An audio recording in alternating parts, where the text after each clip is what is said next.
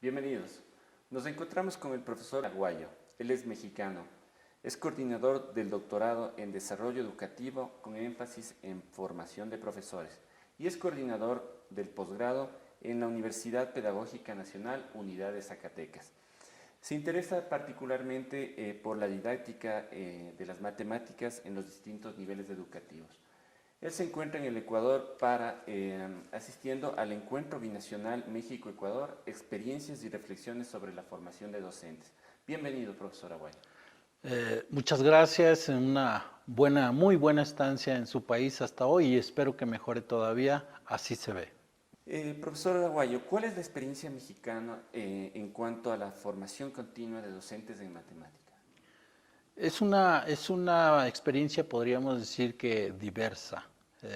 Fundamentalmente ha seguido una tendencia hoy muy criticada que tiene que ver con lo que allá se llama cursos en cascada. Es decir, desde el centro del país se le da un curso a un buen número de profesores que luego se distribuyen por las diferentes ciudades del país y estos reproducen esos cursos. Hoy ha sido muy criticada porque los datos de las evaluaciones internacionales nos dicen que en realidad los aprendizajes de los niños han mejorado muy poco, aunque paradójicamente la investigación en didáctica de la matemática ha crecido mucho. Hoy por hoy me parece que hay una discusión importante en el país que tiene que ver con imaginar alternativas diferentes a esos cursos en cascada para enfrentar los retos de la formación continua de profesores. En estos, en México, hay la preeminencia ya de un discurso muy claro que tiene que ver con la didáctica de las matemáticas o con la educación matemática, como así se le llama en otros países. Podemos decir entonces que es un discurso que se está instalando en México, pero que sin embargo todavía no ha producido los resultados esperados. Entre otras cosas, me parece, porque hay una lectura demasiado superficial de estos discursos y en otros ámbitos hay una visión que sobreestima el poder de un conocimiento y esa sobreestimación hace que se le impongan responsabilidades a un conocimiento científico, responsabilidades que no tiene ese conocimiento. ¿Qué piensa usted de la formación a docentes de la educación básica y bachillerato a cargo de profesionales en áreas técnicas como ingenieros, arquitectos, etc.? Hay una tradición en la formación de profesores de matemáticas que ha probado ya sus fracasos. Es reiterativo el fracaso de esta fórmula que consiste en pensar que un profesor de matemáticas necesita dos componentes esenciales: cursos de matemáticas y cursos de pedagogía. Es en esta visión que a los profesores de educación básica se les deja la responsabilidad de articular estos dos conocimientos para luego lograr en sus pequeños alumnos aprendizajes de calidad. Desde finales del siglo XIX, fundamentalmente en Estados Unidos y en Alemania, se ha probado el fracaso de esta fórmula. Sin embargo, muchos sabemos que las sociedades están empeñadas en no revisar la historia y con ello se empeñan más en repetir viejos errores. La presencia, pues, de ingenieros o incluso de matemáticos en instituciones donde se forman profesores de educación básica generalmente responden a esta visión, que ellos serán los encargados de aportar lo matemático, mientras que otro tipo de profesionistas aportarán lo pedagógico. Déjeme decirle además que esta visión se ha acompañado de otra idea bastante deformada.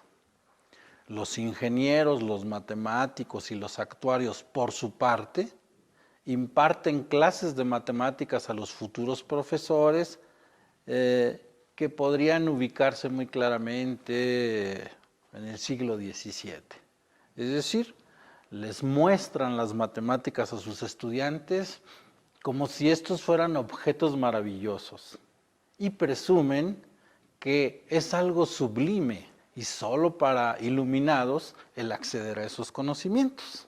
olvidan siempre que en realidad el siglo XVIII nos enseñó que las matemáticas son una especie de instrumental. Algún autor francés lo dice de una manera maravillosa, nos anuncia: no olvidemos que la matemática es una especie de fontanería que debemos utilizar para tener una buena vida.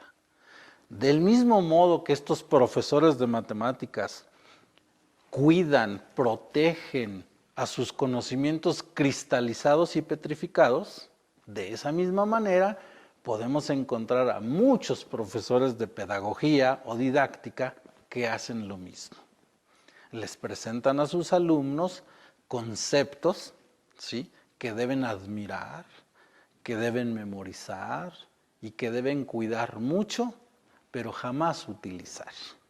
En esta doble vertiente le he comentado ya que viene desde el siglo XIX, aunque la fusión se da en el siglo XX, esta de matemáticas y pedagogía, ha probado repetidas veces su fracaso.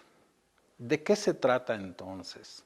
Se trata de que no debemos olvidar que finalmente lo que un sujeto transmite en un salón de clases, llámese ingeniero, profesor, médico, lo que uno transmite son prácticas, son actividades, lo que uno transmite son acciones. Y si uno recupera el verdadero sentido de la palabra transmitir, encontrará que no significa otra cosa que dar lo que me ha sido heredado. Entonces, si a un profesor o a un futuro profesor de matemáticas yo he de heredarle las buenas acciones que hace un profesor de matemáticas, debo pensarlas primero, debo tenerlas, debo comprenderlas para luego tener más o menos clara la idea de cómo he de heredárselas a ese joven profesor. Si usted me sigue en esta idea, encontrará ahí pues una antigua idea que tiene que ver con la transmisión de los oficios. Los oficios son eso, son tener una habilidad, una maestría en una actividad específica. ¿Cómo lograr esto? Bueno, hay algunas enseñanzas en la historia y otras las tenemos que construir, pero hay ideas fundamentales que me parece que debemos colocar en el centro de estas discusiones. Reitero y cierro esta respuesta, una idea fundamental me parece: si de conocimientos y de su transmisión hablamos, no debemos olvidar que estos no son cosas de cristal, no son cosas de museo. Los conocimientos son finalmente acciones que ayudan al buen vivir. ¿Qué criterios fundamentales, disciplinares y didácticos debería tomar en cuenta la formación de docentes en matemáticas? La formación de profesores de matemáticas desde hace mucho tiempo ha olvidado su razón de ser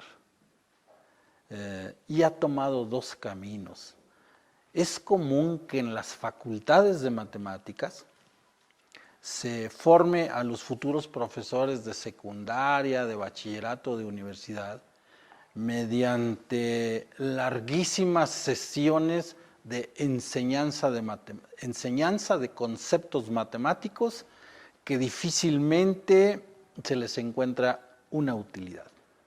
Déjeme le cuento una anécdota para ilustrar esto. Hace 10 días se apareció un ingeniero prestigiado en mi cubículo que para hacer su tesis de maestría como profesor de matemáticas de educación superior, él quería diseñar unas actividades para enseñar el concepto de diferencial.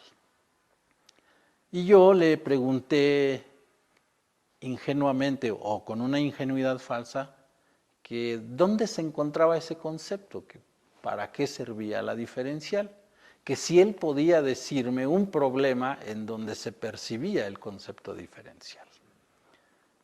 Y él no pudo decirme un problema. Pero se fue a casa y regresó 2 días más tarde y me dijo: he encontrado un problema donde se puede estudiar la diferencial. Y le dije: dígamelo por favor. Y empezó diciéndome: fíjese que dado un triángulo rectángulo ABC, Y su recta tangente, además, perdón, la tangente del ángulo, hay un delta y, ¿verdad? Y un dx, y le digo, pare, ingeniero, ese no es un problema, esa es la representación matemática de un problema. Yo lo que quisiera saber es el problema. Y dijo, pues no lo tengo, y se fue nuevamente a casa. Y regresó 3 días después y me dijo, he encontrado no uno, he encontrado 2 problemas en un buen libro.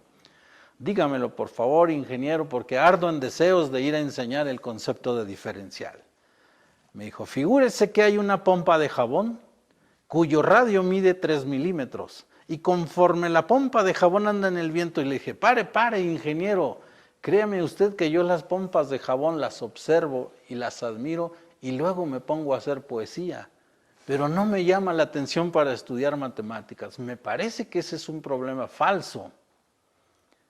Él reconoció que en efecto, que él teniendo 35 años como ingeniero, nunca había tenido que resolver un problema con pompas de jabón. Cierro la historia diciéndole que una semana después, en efecto, tenía un problema donde estaba el concepto de diferencial. ¿A dónde voy con esta historia?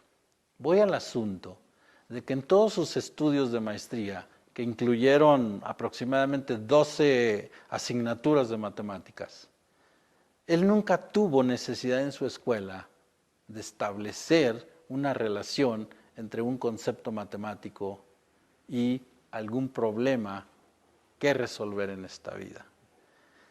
Es así como regularmente se ha utilizado la matemática en las escuelas para profesores y en las escuelas para matemáticos, con un purismo exacerbado que en primer lugar ni ayuda a los profesores, ni ayuda a los estudiantes de los que serán profesores. Es esa matemática que ha pululado demasiado tiempo en nuestras escuelas. Es, reitero, esa matemática la que ha generado todas estas fobias a esa disciplina, porque se encierra en un purismo falso, porque se encierra así para excluir y para ser excluyente. Hay ahí pues dimensiones que tienen que ver con la ignorancia de su naturaleza epistémica y de sus usos sociales. Creo que ese es el drama de la formación de profesores de matemáticas de todos los niveles. No quisiera terminar la entrevista sin que le comente a nuestra audiencia lo que me estaba comentando antes de empezar la entrevista respecto al programa de doctorado que ustedes realizan. El doctorado en desarrollo educativo, con énfasis en formación de profesores, lo que pretende, como está enclavado en su nombre, es pensar, discutir y sobre todo generar estudios sobre nuevas alternativas para formar profesores. El término desarrollo educativo a eso se refiere, ¿sí? A la necesidad y al objetivo del doctorado por explorar nuevas maneras de formar a los profesores. ¿Por qué? Porque las escuelas para niños han sido un objeto de estudio muy frecuente. Se han dicho muchas cosas sobre cómo son los profesores de los niños y las escuelas. Se ha dicho también muchas cosas sobre la historia de la formación de profesores, sobre la identidad de los profesores, sobre el malestar del profesor, sobre la política educativa. Pero se han dicho muy pocas cosas científicas sobre cómo formar profesores. Y a esa tarea es a la que nos estamos dedicando en este doctorado y que, por cierto, esperamos que nos vaya bien en esa tarea. Le agradecemos su participación, profesor Manuel Aguayo, y le deseamos éxito en este encuentro. Muchísimas gracias a usted.